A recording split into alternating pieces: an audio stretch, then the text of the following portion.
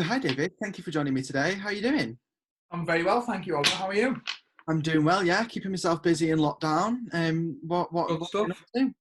Not much, mate. Just keeping myself busy as well with trying set up my online magic school where I'm teaching magic. Because obviously all my gigs have gone to next year. Yeah, To affect my cash flow. And also I need to put an order in for one of your tops. Believe in yourself, because as you've probably seen, I always see when I've got that on, you comment, thanks Dave for wearing it, because I constantly have it on. I think I've washed it to death, so I need to put another order in for a new one, mate. yeah, definitely. Thank you for your support. No worries. Let's jump in and tell our viewers who are you and what do you do? Okay, so my name's David Burgess, and I am a professional memory maker. And you're probably thinking, what's a memory maker? Well, I do go to events and I make unforgettable memories by performing magic and to entertain the guests. And that's what I do in a nutshell. Amazing. So why magic? Well, that's a good question. Actually, I've never been asked that before. So I'm going to answer that. So basically, I've been doing magic since I was about 6 years of age, and I've kept my hand into it. But then my background sales, so I've had every form of sales job going, from car sales to telesales, which is on the telephone, to door-to-door canvassing. And every job I've either not gone on with a manager or I've just got bored and I've left. And then the very last sales job was selling water coolers, and I got let go from that job, and which I'll probably allude to in a bit later on. But because I've been doing magic, I thought, you know what, I'm going to have a go at my magic full time, and I've been doing it for just nearly 3 years now, and I haven't looked back. As you can see there, that's me on the front cover of Switch On to Business magazine. Let's talk more about that. How did that come about? That came about when I was so I was actually at an event, and it was Lynn and Jackie, who were the owners and editors of the magazine, and they invited me to have it. I was at an event and they said, "Hi Dave, would love to do an interview with you." So the editor at the time, she's an amazing girl, she done the interview with me, and basically just asking about how I was got into magic and little bits and bobs. And they done a two page spread on me, and it was on them. It didn't cost me a thing, which was awfully nice, and they wanted to gift it to me because I was just starting out. And then he said, "Oh, we've got a surprise for you." And I was like, "What's this?" Because they were launching the new magazine. And I was like, "What's the surprise?" And he said, "Oh, we can't tell you. You have to come to the launch." So I was like, "Okay." So it was intriguing. And anyway, the surprise was I was on the front cover of the magazine, and it was amazing. And what I'll do is I'll show you my beautiful, glamorous room now. So you're going to see behind the scenes. I haven't got a green screen like you. But I'll just turn this off. Boom. And as you can see, it's there, pride and place. And this is a special frame which holds magazines in. So it's a special frame which opens up, and then I'll just get that out. Done that before. And that is the actual magazine. And I'll show you just to prove, because some people think, "Oh, I could have done that on Photoshop." So yes, there's the spread about me. Amazing. So a full page, and that's the only copy which I've got, because all the others that they give me I give gifted out. So this is my only one copy, so it stays in there, pride and place in that. So there you go. So this is the behind the scenes here. Amazing. Now I'll just put my background back on. There you go. There we go. So yes, that's how that came about. And then the editor at the time said they were after a new picture for the front cover because they had buildings and other stuff on, because it was more about Liverpool and the city. And then she said, "Oh, I've got a great picture." And then there's my picture on the thing. So. And that picture, by the way, if anybody's interested, was taken by my brother, Daniel Burgess, who's a very talented self-taught photographer. And he doesn't do his photography full time either, and I've told him to. But yeah, that was done in his front of his room. So yeah. Amazing. It's Yeah. very professional for a front room. I know, yeah. Well, he had the similar to your green screen on photographers. They've got like a rollerball which goes down, and he had that in his front room, and with all the lights set up correctly, and he took that photograph of me. Amazing. It's a very nice photo. So I want to ask you, what is your experience with mental health? So when I was, as you know my story. When I was a kid, I was bullied throughout my school years, and you probably on me, you can see that there's a little like white spot on my lip where there's a bump. well, there was about 8 kids that bullied me, and one day the teacher went out of the room. I think it was about 8 when that happened, and he grabbed me arms in front of me, and then the other one whipped my chair from underneath me while the others were punching me. And anyway, I smashed my chin into the desk and bit straight into my lip, and then blood started just shooting out my lip, and that was. And then obviously they said, "Don't tell anybody." But what could I do? Because I can't just say I fell. So I had to tell the teachers. And anyway, I got moved out to that school, got moved into another school where bullying continued again in there, and then 2 high schools, and then my mental health was when I actually tried to end my own life when I was about 17, or I think it was about 17 or 16 at the time, because I was going out with a girl, and when she was dancing with a friend of mine prerogatively, and I said, "Don't do that," and she'd done it again. So everything just flooded back, where I felt worthless, felt dead depressed, dead down, and all in a split second. So I ran out, went into my garden, and tried to put a cord around my neck and hang myself. And the cord, fortunately, snapped. And my dad, I ran back in the house because I remember just waking up on the floor, and my nose was all bleeding. And I was like, "What's happened?" And my dad said, went out and checked the cord, and he said, "That cord doesn't snap, son." He said, "It's like an industrial strength cord, which I managed to find in the garden." And he said, "That doesn't snap." So he said, "You're obviously here for a reason." And then that was like, that just took me on like a mad place. But that was where the mental health, like feeling depressed. But the fact that I think the combination of probably doing drugs when I was younger as well didn't help to the fact, because obviously that's a cause of, it can also cause anxiety and depression and paranoia when you're doing like weed and another hard substance. But that's all in the past, and that's what it is now. The past is the past. You only have the now where we live in, and obviously now I've nipped everything on the head. I'm now a professional magician. I've also got 2 beautiful little kids. I've got Amelia, who's 3.5, and I've got my son Caleb, who's 8 months old. And they're obviously if it had gone through, they wouldn't be in this planet now, and we wouldn't be having this conversation, and I wouldn't be in the best place where I am now, mentally and physically and everything else, where I've learned by all my teachings, if you like, of the past experiences. But so that's where my mental health came into, really, just like you go into like a bit of depression, a bit of because you've had a similar experience with bullying and stuff, and it just makes you feel day in, day out, just feel like you're not worth anything. When you actually are. So if anybody is getting bullied or anything like that, I want you to remember, I'll give you some tips and things as we go on further into the interview of how to overcome them, and also how to stop it in effect from happening. And I'll tell you a story as well a bit later. Yeah. So what would you class your rock bottom as? My rock bottom. I'll have to have a sip of tea to think of that. My rock bottom probably was the trying the going through with killing myself. Yeah. When I was younger, when I was like in primary school and that, like from the age of 8 and that, I used to put the dressing gown around me bed and put it around my neck and like bend my knees and then go, "No, take it off my neck." But I wouldn't tell my mum and dad this. And my mum and dad obviously know now, and they know about all the other things, because I have a very open and honest relationship with my mum and dad, and that's the one thing which you can always rely on. Even when I was going through the rough patch, I used to be able to talk to them openly, and they didn't like judge or anything, they just listen. But that was probably the lowest point, because I just thought, no one loves me. What was going through my head at the time was, no one loves me, no one cares about me, I am worthless. Because also I forgot to mention that I am dyslexic. So when I was in school, because I'm 35 now, and when I was in school, I was thrown into all the lower sets and classed as the class clown. And when I wasn't, it was just the fact that I had a different learning, if you like, learning style, where I'm more of a physical, touchy-feely, kinesthetic type of learner. As in, if you show me what you show me, as in, rather than just talking at me, I go like that. Although I might want to listen to the subject, I'll just be like that. Yeah. So that was probably my lowest point.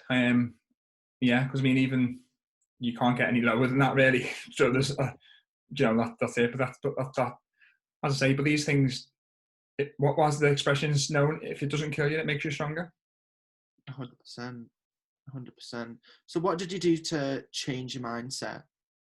So, well, after that first, it's only really the past, I'd say, about 5 years where I've really been on a journey into mindset. Like, as I said before we started the call, I've gone really deep into meditation, and I've got into yoga really well, and I'm into me crystals. Now, some people will be listening to this and be like, oh, what's all that? But when you actually get into, like, basically all meditation is really, and yoga is to make your body supple, and also it's about breathing.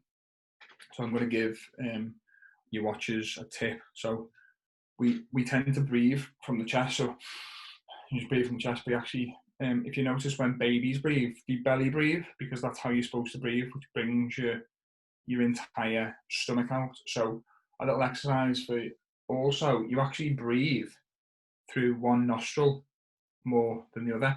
And when you get really excited, you breathe more through your right nostril, and when you're calm, you breathe more through your left nostril. So now, Oliver, what I want you to do is just want you to cover your left nostril cover your right nostril with your finger, and then just take a nice deep breath in, but stomach, so you're pushing your stomach out, so you breathe up, and hold it, and then breathe out of this nostril,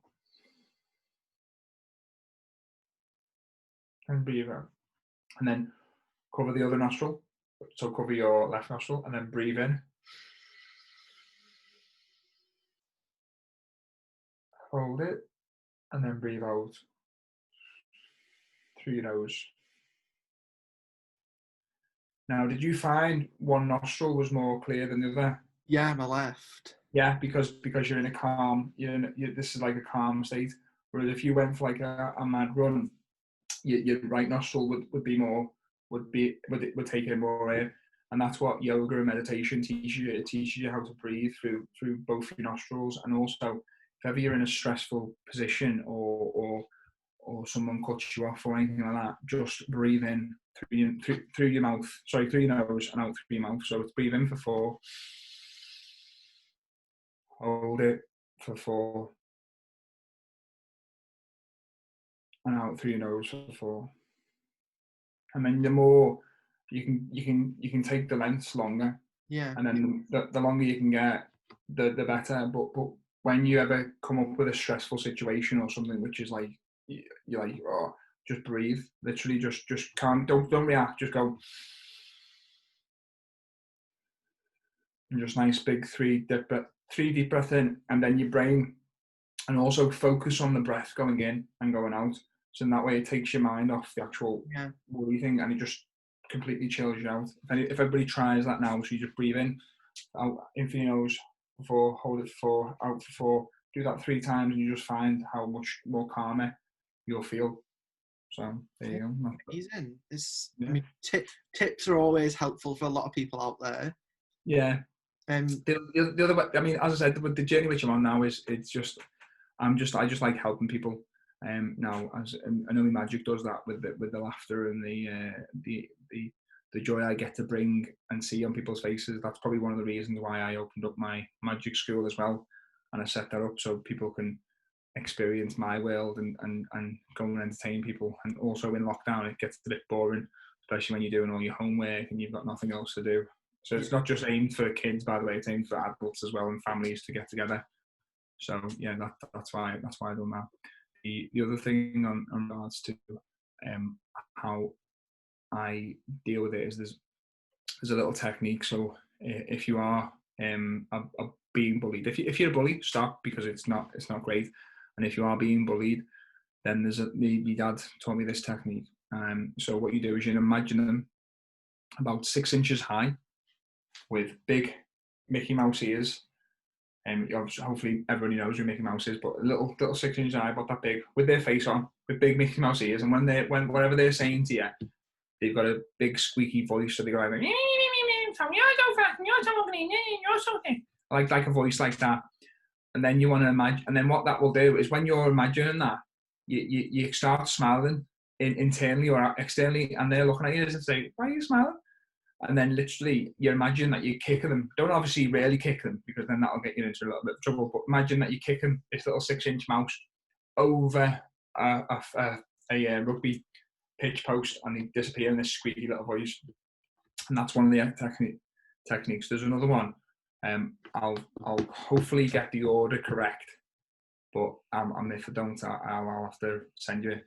But it's I'm trying to think what it is. I think it's forgive me, I'm sorry, thank you, I love you, or it's along them lines. But basically, what you're doing is you're saying, forgive you for your poor little soul for being frightened. Thank you for showing me how not to act. I love you is I love you, and you can go away. And I'll get the correct term, and you can put it underneath this on the post, because I've got that in the wrong order, but I'll send it to you, and then you can put it under the description of this link so people can say it. And what happens is, if you keep on saying that every time somebody's horrible to you, and even if they're not in the same vicinity, you can just picture their face as you say it in, and you just repeat it. And then what happens is, eventually they'll either leave you alone, they'll either leave the company or the school, or they'll be nicer to you. They're the three things which happen. But you've got to, the thing about this is repetition. It's not like, oh, it didn't work, well, you've done it twice. You need to do it constantly. Yeah. So it's constantly repetition, and then that's what will happen. So there you go. Yeah. Tip number 53. So what would you class your greatest achievement as? Ooh, can I have more than one? You can have as many as you have. Well, there's appearing, maybe. Oh, okay. So the first one is well, probably the first one was this. This wasn't in order. Actually, I'll do them in order. So the first one was appearing on a program called Channel 4's Faking It, which so happened to have two magicians who were on that with me. One of them was on, well, they both have been on Britain's Got Talent. So you might have seen Matt Edwards. He was the comedy magician who went quite far through. He was actually on the same program I was on. And the fella who was the scientist who walked through those firing balls, well, he was actually a scientist, and he was the faker. So there was three magicians, me, Matt, and another magician, can't remember his name, and the faker. And he was a scientist, and what he'd done is he got trained up by these three top name magicians, and also Penn and Teller, and then he had to perform in front of us, and sorry, not in front of us, we had to perform against him as a competition, and then somebody had to pick who was the faker. And Paul Daniels was there, who was my idol, who I actually got started with a Paul Daniels magic set, got to meet him, that was fantastic. And yeah, that was one of my highlights. I was 19 at the time. I can send you the link, but it's terrible. It's not terrible, but the suit I was wearing, I was like, oh my god, why did I think? Send it to me. Why did I think that suit was on the tie? Jesus, I thought, I'm on television. It was a Louis Vuitton suit, because my mate used to work in this shop which sold like nice suit. And I think it was about 15. It looks like it's 15 sizes. It was too big for me, and you're just like, oh my god. But yeah. But as I say, it's an experience, and it's a learning curve. It's something which is which I'll look back on with fondness and enjoyment. And meeting the late Paul Daniels was amazing. The Switch On to Business magazine, which I was on the front cover of, that was another highlight of my career, if you like, because it's not, as I say, because the other thing what we tend to do is we tend to forget what we've done. We're very good at, as people in general, is as going straight to the bads and the negatives and the things which we've done bad, or we've done this, we've got that's very easy to come back, but we tend to forget all the goodness which we've got. Yeah. So another little tip for your watchers is focus on the good more than the bad, and also sometimes reflect a little bit about what you've achieved and where you've come from, because when you do reflect, sometimes you think, actually, you know what? I'm not doing that bad, because I've appeared on a magazine and I've been doing magic for about 3 years, and it's like, most people have been doing magic a lot longer than me, and they haven't even got any sort of publicity like that. Yeah. I can say that I've worked for numerous celebrities or anything like that. So it's like things like that which we take for granted when we're doing them, but when you look back, you think, well, yeah, I've only been trading for 3 years, which is or just under, which isn't a lot of time considering the sort of magicians who haven't even done half the things I've done, and I been look at trading. myself. I look at myself and think I've had my business for 3 years in December, so it's only just been 2 years, and no, and it's 2 years this year. Sorry. That which business is that? Because you're a serial entrepreneur, you're popping businesses out like there's no tomorrow. This is my clothing business. So I had this in December 2018. I started this, Is that how and long ago it was? yeah, but if Oh you my god, it only seems like yesterday that I picked up it that doesn't t-shirt. feel that long ago, Doesn't it? Blink and you missed it. and you look at everything I've achieved, from Yeah, winning awards to who now I'm friends with, the clients I've got, and I look back and I think, oh my god, like that's been the craziest like year and 2 years of my life. I know, well, look at all, I've seen all the celebrities which have honoured your clothing, which you say, but that's great. That's why I got. Well, as soon as I seen that, believe in yourself one, I was like, I need one of them, because that's like my favourite, as you know, because I've literally washed that to death because I've worn it that many times. I Well, think I'll tell you the story. I actually spilled some sauce on that top once, and I wanted to wear it, so I washed it the same day and tumble dried it just so I could wear it. That's how much I love that t-shirt. well, I love And it. yeah, no, but and that's not me. That's not me because you give me this. It's because genuinely I just love, because when people see believe in yourself, I see people look at it and you just make them smile, and then they ask me about it, and I say, oh, it's me, mate, and then I tell them your story, Yeah. and they go, wow, that's amazing. Where can I get one? And then I turn to the very discreet advertisement which you've got on the back of it, like just go on to just look at that at the bottom of it. Yeah. It's great. You know what? I remember obviously when another one of your achievements that we was on our way to, which you can tell in a minute. That was going to be the third one. Yeah, I remember my suppliers ringing me whilst we was away and telling me, "Oh, we've tried to deliver your stock," because it was the 4th of December that I officially started the company. And I remember them ringing me saying, "Oh, we've tried to deliver, but no one's in." I was like, "Oh, I'm currently away." And yeah, so it was around about that time that we was going and coming back that I had everything delivered. So it was exciting times. So tell us your third achievement. So the third achievement is, which Oliver quite seamlessly linked to there, which was amazing. Was performing out in Formula One by our good friend Miguel Beforo, who you interviewed. When did you interview Miguel? I think last week, or maybe the beginning of this week. Last week. So check out his interview, guys. It's really good. He's a really nice fella. So Miguel and me have known each other for a few years now. It's ridiculous how that's flown by. I've known him for 3 years. How mad's that? It's crazy. No, it's like you blink and time goes. Yeah. That's why I say to people now, because I forgot to mention as well, I'm an NLP and timeline therapy and hypnosis practitioner, which I do. I'm actually going to look at doing that as a separate business to my magic. Obviously once lockdowns go, because I do help people with that, with like fears, anxieties, phobias. So if anybody does want to reach out about anything that they want to get removed, then you can reach out to me on a separate level other than magic. And anybody that wants to book me, definitely. Seamlessly plugged there. You like that? No one noticed that plug at all, did he? So Miguel, my good friend, he invited me out to perform for Formula One, and he said, "Hi, David. They've been out. I think it was 3 years in advance, and he does his dance crew, which are amazing. If you get to see them."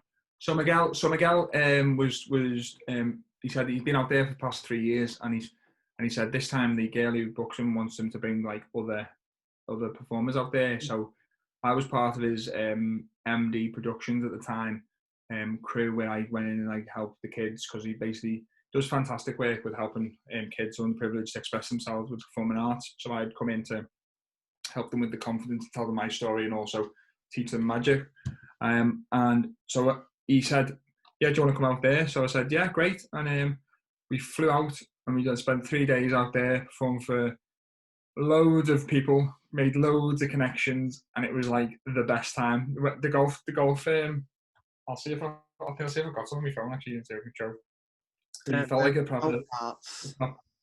Yeah, felt like a proper celebrity when and the way people would look at you as if say, Who's that in that car? Because I had this on. I had this suit jacket and my Yeah. black she. I did take. By the way, guys, I've never been to Abu Dhabi or Dubai, and Yeah. I heard We that it's dry heat. Dubai, didn't we? Yeah, we flew into Dubai and then we took the bus, that bus driver was crazy. Took the bus to Yeah. But we was on the bus for like 3 hours. it was all a great experience. I loved it. Yeah, I've got one. I'm just getting it. No, I've got one here. I've got one here. I've got it. Abu Dhabi. I've just got it in my. Yeah, look, that's on the going past all the cars. Yeah. Oh, this is the best. This is the best selfie in the world. I'll be able to. I'll turn my back screen off 1 second. Put it in front of you, and you'll be able to get it on. Yeah, no, yeah, I'll just do that. So there you go. That's the best screenshot in the world. There, you can see that. Amazing. That's me on the track because I didn't know this. They opened up the track. That was me, and we were having a little break. And then the golf. Let's have a look for the golf buggies. There we go. There's the video. I've watched these back like loads of times, and it's incredible. Just can't believe how it was 2018 though. I know. It's just fun, man. You have so much fun. I'm gonna try. Where's the bit where I walk on the track? Oh yeah, this is it. Wouldn't be quite complete without actually going onto the track and experiencing. And that was like, so these are memories which I'll never, we'll repeat when obviously lockdown's over and we go back out there. But yeah, that was the third experience which I was made up about. So yeah, it was certainly a very good experience for all of us.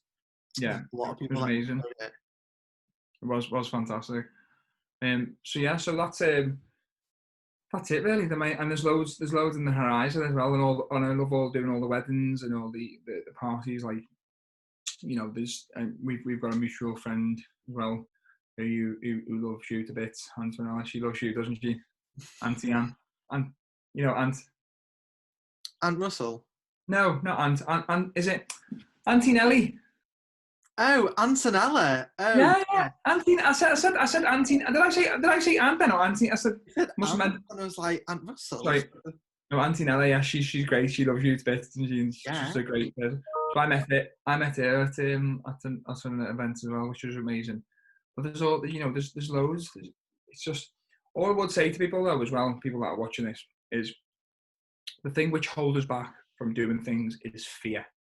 And fear stands for false experiences appearing real. So I'll repeat that again. False experiences appearing real. So what does that mean? Basically, your mind is a very powerful thing. So what we're talking on now is a laptop and a computer that never existed.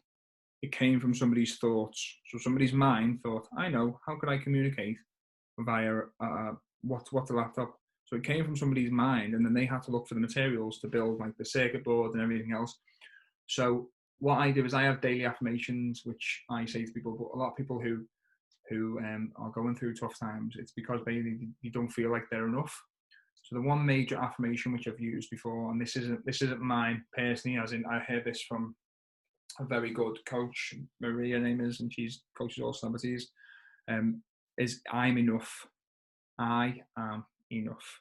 So if you tell yourself every day, I am enough. I am enough. I am best. I'm amazing. And you can do this in your own head, i.e. talking to yourself, or you can do it out loud. It's better if you do it out loud if you can, and in front of a mirror is even better if you feel like that, because you can then express it. And also power stances, so hands on hips, looking up, or hands, if you sat in a chair, hands behind your back of your head, lean back like that. That's a power pose for like 20 minutes, and then that just releases it just releases your endorphins in your brain. You just feel more like energized. Whereas if you're like that and you just like sit yourself with your shoulders and then you're looking down, it puts you in that mindset and that lower mood. So they're my other tips for everybody. I am enough. So is there any other advice that you would give to people that are suffering behind closed doors? Yes.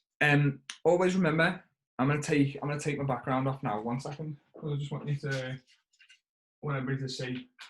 I had a thing on the back of the wall there. I want everybody to see, oh, not that way. I don't see that way. Turn the camera off. There you go. Tim. So yeah, so this is I'll do it this way so you can see. So my advice, I'll just move that back actually. My advice for everybody is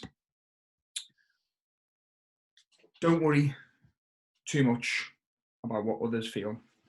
Always, if you're suffering from any mental health or you feel like you're on your own, you're not. Trust me, there's been 1,000,001 people ahead of you, and there'll be 1,000,001 people behind you in the exact same boat. Some people have had even worse at times than you. I always used to, well, I still do, I always think, regardless of how hard times get, like for example in COVID-19, which is going to be affecting quite a lot of people with mental health, with job losses and uncertainty, and the news and the media which hype things up which aren't factual information. They skew the figures. That's why I don't watch the news anymore, because it's just, in my personal opinion, it's just all a load of rubbish just to keep us intact, to scare us and to be like, but I won't go into that because that's a whole nother show. Yeah. But yeah, so don't number one, don't watch the news. My daily routine is I wake up in the morning. I usually try and get up about 4 o'clock in the morning. There's a great book if you want to do that. I'll get Oliver to stick a link in the bottom. It's called Hal Elrod Miracle Morning. I'll send the link to Oliver so you can pop that in the description at the bottom. And there's another, and what that does is that, I mean, some of you might have seen, if you follow me on Facebook, is the post of me going into the sea and getting up at 4 a.m. and going into the sea. And that's basically all because I was controlling my breath and I was waking up at 4. And the reason I was waking up at 4 because I used The Miracle Morning by Hal Elrod. And don't get me wrong, you don't have to be waking up at 4. But what it is, without going into it too much, is basically he done a test on himself of how he told himself he was going to wake up in the morning.